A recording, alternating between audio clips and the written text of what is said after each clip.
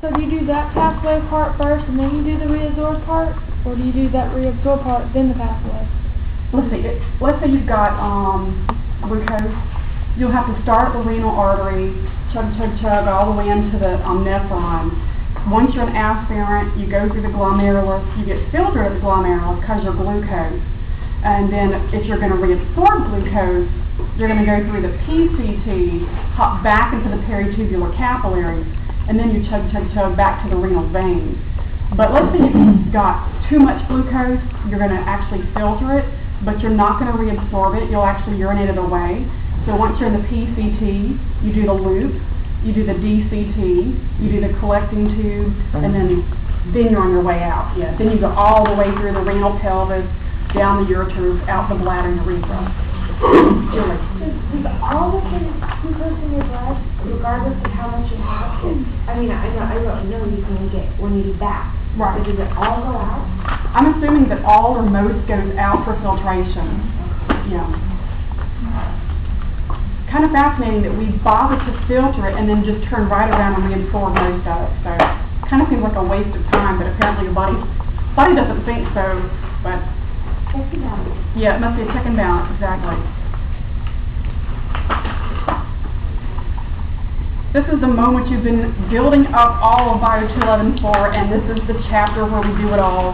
We take a lot of the concepts you've learned from urinary, respiratory, even Bio 210 osmosis, and we tie it up into this massive concept called fluid electrolyte balance. So here we're going to just give you a little history, a little background info, and then we're going to get into some problems a little later on in this chapter. Only pages 126 to 133 are going to be on the test from chapter 25. To 133? Yeah, 126 to 133.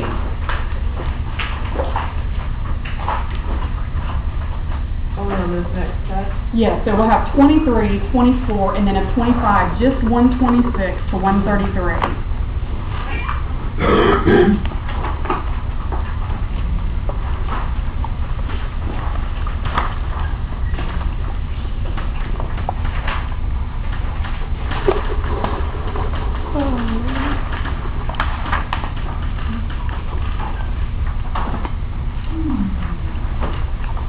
Talk about fluids in your body and where they're located. So on the top of page 126, we're going to start talking about fluid compartments. In your textbook, fluid compartments begin on page 869.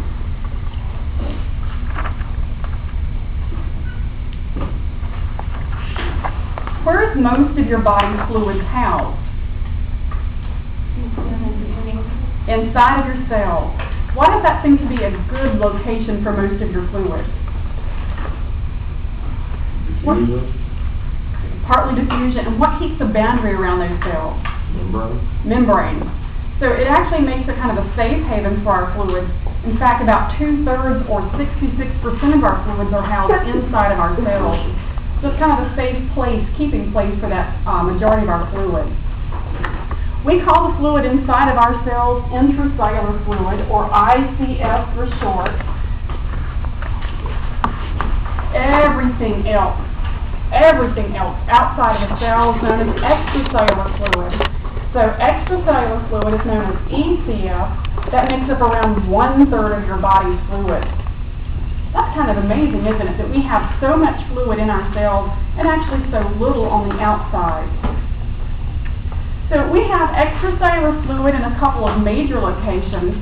One is in the interstitial spaces between our cells and tissues.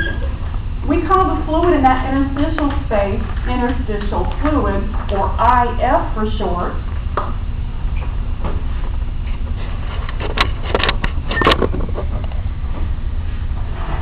And you'll notice there that of the extracellular fluid, that's not even hardly 1% of the fluid in our bodies between our cells and tissues.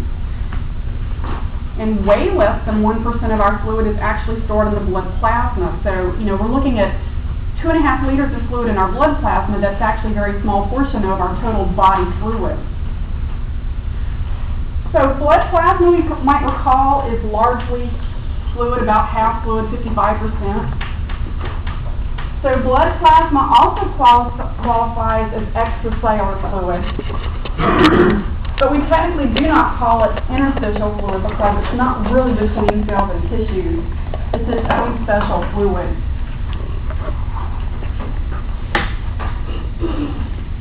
Look at all the other locations for fluid though. We've got lymph and cerebrospinal fluid, synovial fluid between our joints like our knees and elbows. Eyeball has fluid. You might recall those aqueous and vitreous humors. That's fluid. Ears have fluid in the inner ear. And then of course our glomerular filtrate also accounts for a very small percentage of that fluid as well. So in leading up to talking about fluid electrolyte balance, we are wanting to maintain the fluid balance between our cells, surrounding tissue stages and that blood plasma. The process we do this motion of moving fluids about is an old concept from Bio 210. It's osmosis, so you'll notice there number 4. We're going to move these extra fluids from location to location through the process of osmosis. Down at the bottom of your page, just thought you'd find this interesting, a little bit about water balance in the human body. Depending on your age, what sex you are, how much body fat you have, or how much muscle you have, you may be anywhere from 40% to 45% water up to around 75% or even 80% water. Notice that with age, water content decreases. We joke that little old people prune up as they get older. It is no joke. You will dry out as you age. Your body's compartments that used to be storage areas for water become more filled with fibrous connective tissues, and your skin of course dries and your body tissues dry, so we actually do lose water as we get older.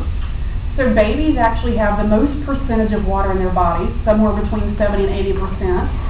Older people are going to have far less water, somewhere between, say, even 40 or 50%. Big deal here because older people have a real issue with dehydration. If they get overheated and start sweating, they don't have a lot of water in their bodies to begin with. So age really is an issue here for, losing a lot of our body's water. All right, what do you think?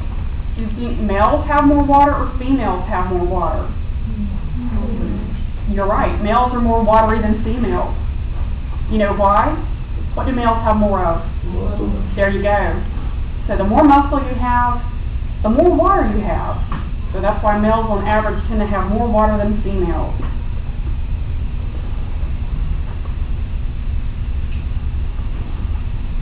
Plural, females get the short end of the stick here. Females have more fat than muscle typically. Not always, but because of the way estrogen works in depositing fat to breast and hips and butt and everywhere else on the body.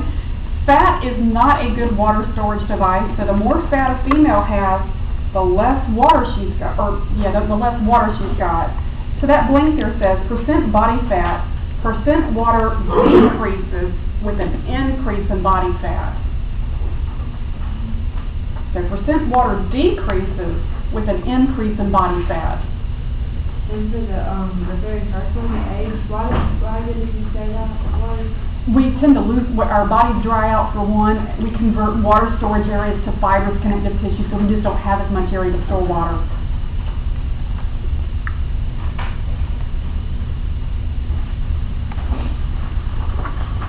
So a young male would have more percentage body water than an older female, simply because of the sex and the age of the person. So, interesting there about the differences.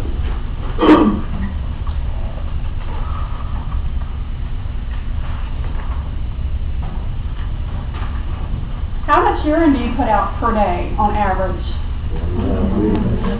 1.5 liters. To prevent dehydration, how much water should you take in per day? 1.5. There you go. So on the top of page 127, you'll notice that water intake must equal water output. So if you're urinating a lot of water, you need to take in as much to prevent dehydration.